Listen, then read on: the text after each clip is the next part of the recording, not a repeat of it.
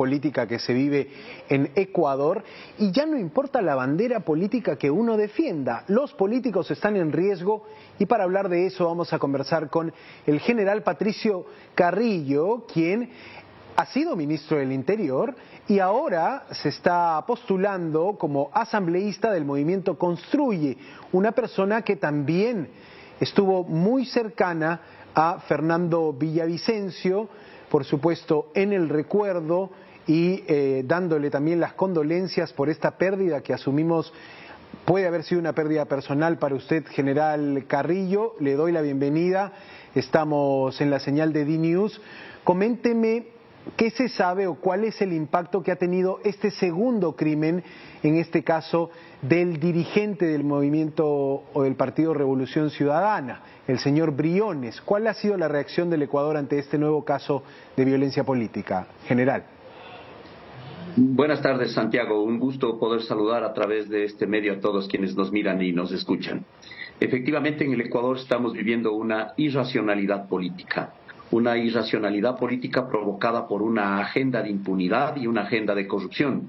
Eso fue lo que llevó a debate Fernando Villavicencio, una persona valiente que tuvo el coraje y el valor de decirles en la cara a los corruptos con la evidencia necesaria lo que estaba pasando en el país. Ese es el tema fundamental, la presencia de economías ilegales, producto de mercados de enorme rentabilidad como el narcotráfico, la minería ilegal, la trata de personas, el tráfico ilícito de migrantes, el tráfico de armas, la corrupción. Estos mecanismos les ha dado poder económico y ahora estos criminales están buscando poder político. Lo hacían antes financiando campañas y ahora muchos inclusive ya quieren participar directamente en los eventos electorales. Este mecanismo sangra no solamente los derechos y las libertades de las personas, sino inclusive la pervivencia del Estado y la propia democracia. Eso es, en términos políticos, lastimosamente lo que en el Ecuador estamos viviendo. Nosotros estamos convocando a una gran unidad, porque lo que el crimen organizado busca en cualquier parte del mundo es fragmentar el Estado. Y en el caso ecuatoriano lo ha logrado. Vivimos en una enorme polarización. Esa polarización y el no entendimiento histórico de las violencias ha añadido a la policrisis que nos dejó la presencia del virus de la COVID-19, ha agravado la situación. Esperamos que en esta nueva composición en la Asamblea Nacional y desde el Poder Legislativo se pueda garantizar un mínimo de gobernabilidad para sacar agendas políticas, planes y presupuestos priorizados en materia de seguridad fundamentalmente, y a partir de corregir este fenómeno poder nosotros debatir las reformas que se necesitan, la reforma política, la reforma económica, la reforma educativa y la reforma de salud, que son las principales necesidades de los ciudadanos. Ahora, usted me hablaba de unidad, de acuerdos, pero cuando estamos en un escenario de campaña política, de elección, normalmente lo que prima no son los acuerdos, ¿no? Lo que prima normalmente es presentar tus ideas, competir con otros candidatos. ¿Cómo se puede lograr la unidad en ese escenario naturalmente polarizado de una campaña electoral como la que está viviendo Ecuador?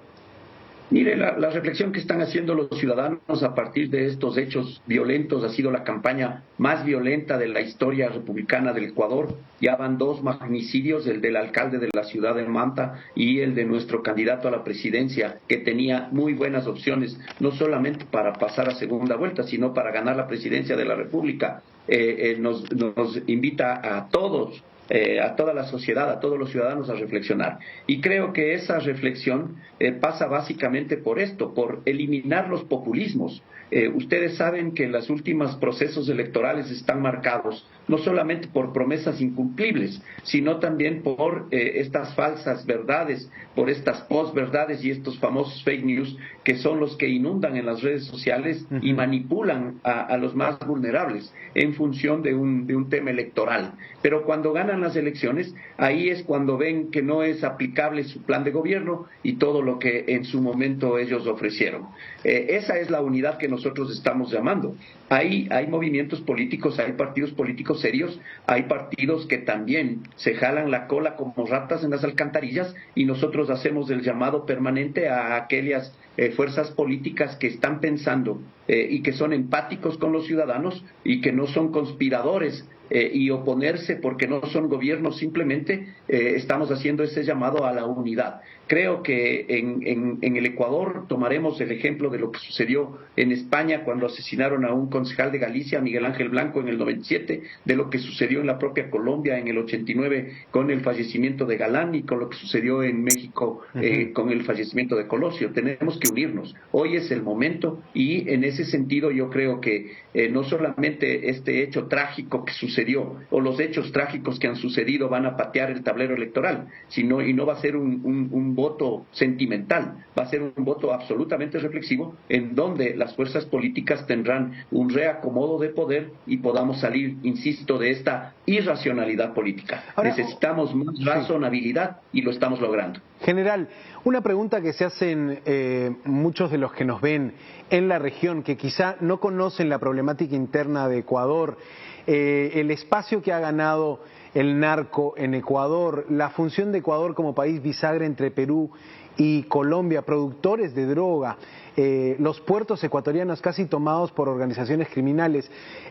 Allí la pregunta sería, ¿qué nivel de infiltración hay del narcotráfico en los poderes del Estado, en el Estado en sí? Y si hay este nivel de infiltración, ¿por qué no se señala a las personas que estarían detrás de esto? Por ejemplo, le pregunto, ¿hay algún avance en la investigación del crimen de Fernando Villavicencio? ¿Se tiene a alguien señalado como autor intelectual, alguna responsabilidad? Porque puede, digamos, encontrarse, o por lo menos si es que se encuentra, si es que se da una sensación de justicia ante estos crímenes, empezar por ahí a revertir la situación de Ecuador. Sí, yo lo decía, Santiago, la impunidad es lo que le está sangrando al Ecuador y el régimen de derechos. Sin embargo, nosotros estamos conscientes geopolítica, geoeconómica y geoestratégicamente de la ubicación del Ecuador entre los países de mayor producción de cocaína. El problema de las drogas es un problema mundial. Sin embargo, al Ecuador le está impactando porque justamente están estos actores criminales buscando poder político y han cooptado especialmente legislativo, en donde no se han debatido leyes que son fundamentales, leyes que son exageradamente necesarias, como la ley de extinción de dominio para restarles el poder. El crimen organizado utiliza básicamente ese mecanismo como un medio para imponerse a través de la fuerza. La ley de inteligencia y de contrainteligencia, somos de los pocos países que nos estamos aislando bajo falsos conceptos de soberanía, no somos capaces de crear acuerdos bilaterales y multilaterales, al menos en la costa del Pacífico, para que los puertos del Ecuador no se conviertan en esa sala de preembarque de la droga y con destino a todos los continentes. Este es un tema importante porque nosotros descuidamos el espacio aéreo y el espacio marítimo, sacando a agencias internacionales de inteligencia. Estos son los mecanismos de cooptación. Muchos han sido utilizados y otros directamente participan ya en el crimen organizado. Esto es parte de lo que debemos entender en la región en mecanismos de seguridad. Ahora, en los avances respecto de el magnicidio por el crimen, de Fernando Villavicencio, no tenemos nosotros sino la información que la Fiscalía la está procesando y la está entregando oficialmente. Se han creado muchos distractores justamente y se crea información en otros países, pero nosotros creemos en la institucionalidad, le damos ese voto de confianza a que la misma Fiscalía, la Policía, Medicina Legal, toda la criminalística y toda la parte pericial en conjunto y apoyados ahora por la Agencia de Investigaciones de los Estados Unidos, el FBI, nos ayuden con la tecnología para poder encontrar a los autores intelectuales, porque los materiales en una rápida reacción de la policía fueron localizados, a pesar de que esa misma policía fracasó en la prevención, el momento de crear los anillos de seguridad que eviten justamente que se dé este hecho lamentable. Ahora, ¿hay alguna sospecha, hay algún indicio que permita afirmar que agentes de seguridad que estaban en la custodia de Villavicencio fallaron a propósito, digamos, o estuvieron coludidos con los autores del crimen? ¿Esa línea de investigación se está explorando en Ecuador? Sí, la policía tiene que, en una autolegitimidad necesaria para ellos y en un mecanismo profesionalismo bajo legalidad, tienen que entregar la información. Personalmente, si hay un rasguño a una persona con los niveles de riesgo que tenía Fernando Villavicencio y además con todo lo que se miró, indiscutible que falló, con el resultado final falló, el anillo de seguridad, todo el mecanismo de seguridad falló. Ahí tiene que entrar a un proceso de investigación. Y en la parte penal, si no solamente negligencia, sino las omisiones que pudieron haber existido. Eso debe haber responsabilidades políticas y tiene que haber responsabilidades penales en ese sentido. Pero dejamos que sea la institucionalidad, que sea la Fiscalía la que vaya entregando las respuestas que necesitamos el Ecuador. Nosotros como movimiento político no queremos involucrarnos, digamos, en la investigación, sino que queremos respetar, no queremos estorbar, no queremos ser parte, queremos simplemente que nos vayan entregando la información. Nos preocupa que actores políticos estén enviando distractores y estén entregando información en otros países que acá todavía se mantienen bajo reserva. ¿Cuáles serían esos distractores, general? ¿Cuáles serían esos distractores, por ejemplo? Por ejemplo, que la seguridad inmediata pudo haber cometido voluntariamente los errores, que no existió el vehículo blindado, que mecanismos como, por ejemplo, no aparece aparentemente, yo no sé si entregaron o no entregaron el teléfono de la víctima a criminalística y a medicina legal, pero hay actores políticos que ya salen a lanzar algunos mecanismos. Nosotros pedimos que se respete la institucionalidad y que sea el sistema de justicia el que vaya entregando oficialmente la información. ¿Cuánto tiempo le va a tomar a Ecuador salir de esta espiral de violencia, general?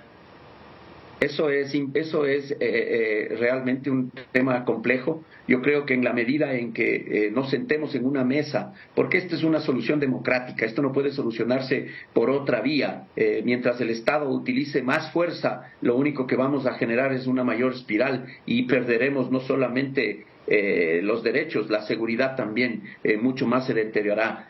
Nosotros necesitamos hacerlo en democracia y ojalá tengamos esa capacidad, insisto, con un equilibrio de poder en el legislativo, que el ejecutivo entienda y priorice los presupuestos necesarios, que las iniciativas del ejecutivo vayan, pero también necesitamos la reforma en el sistema de justicia, un sistema que no solamente sea independiente, sino que nos garantice realmente probidad, integridad y por sobre todas las cosas eficiencia. Para eso la fiscalización a instituciones es fundamental, que pueden ser las más cooptadas, como Policía Nacional, como Fuerzas Armadas, como el sistema de aduanas, como la unidad de análisis financiero, como la contratación pública, el servicio de rentas internas. Son instituciones que debían controlar la economía y evitar la presencia de esta economía ilegal. El Foro Mundial Económico habla, Santiago, de que entre el 8 y el 15% del Producto Interno Bruto de los países está comprometido con economías ilegales. Y ese es el principal problema que está afectando no solamente a las democracias, sino también a la integridad física de todas las personas. No se puede generar emprendimientos. En el Ecuador es impresionante. 8 de cada 10 ecuatorianos acceden a créditos a través de usura y a través de mecanismos con informales, intereses diríamos, absolutamente exagerados, informales, por fuera del sistema. Y eso genera olas de violencia y también unos mecanismos de irracionalidad. Esto es un tema, el tema es complejo porque la motivación es política y económica, la motivación criminal. Entonces tenemos que romperlo y tenemos que romperlo fortaleciendo la institucionalidad. Patricio Carrillo, general, candidato a asambleísta del movimiento Construye y exministro del Interior en el Ecuador, ha estado con nosotros comentándonos un poco la actualidad de esta ola de violencia que vive el hermano país. Gracias, general, por su tiempo. Tenga buenas tardes. Un gusto a usted, Santiago, y a todos quienes nos escucharon. Buenas tardes.